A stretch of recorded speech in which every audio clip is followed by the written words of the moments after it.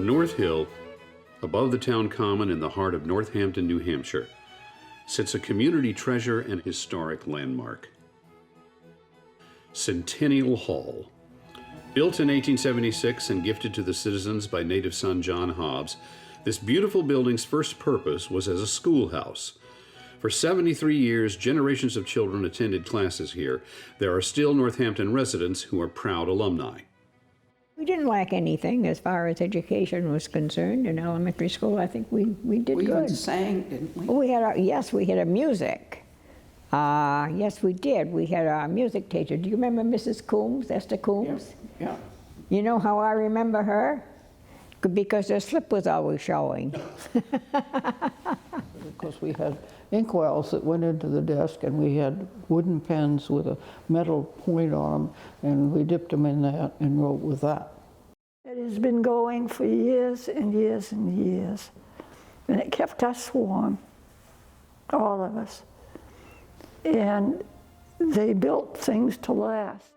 Hobbs' gift to the town also included the creation of a new public gathering space on Centennial Hall's second floor.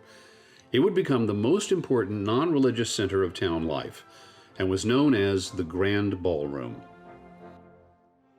I think it's in this space that you begin to get the sense of history and people gathering and the many events that occurred here, the remnants of the stage, just everything about it, the lighting fixtures that are still here, the number of events. You could just picture the talkies being shown in the 30s, all the clubs, all the meetings, all the dances, all the suppers that took place. If only these walls could talk.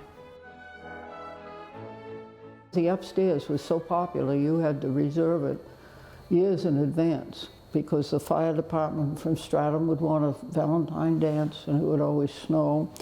And then there would be somebody that wanted to put on a minstrel show, or some group in Northampton with players, and they'd want to put on a play. And then there were other groups that met up on the third floor that would have chowder parties. They had a kitchen up there, they had a stove up there. They would have Democratic parties, the Republican Party would meet there, the Grange would meet, and all these organizations would meet because it was just the right size hall upstairs to hold 20 people or 150. But in 1949, the school closed, and this architectural gem went into decline. Fire safety regulations made the Grand Ballroom inaccessible. The dancing stopped, and the music died. To a whole generation, Centennial Hall would become a stranger. Then, in 1996, a group of citizens, many of them school alumni, stepped forward to save the building. And the campaign to restore Centennial Hall to full and glorious life was launched.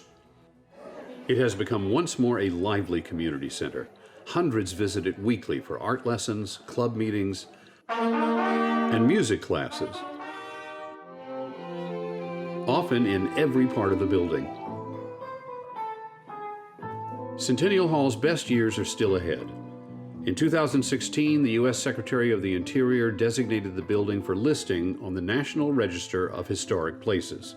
In 2018, the Independent State Authority LCHIP granted Centennial Hall $200,000 towards a $2 million campaign to massively rehabilitate the structure, restore and improve access, and open the ballroom.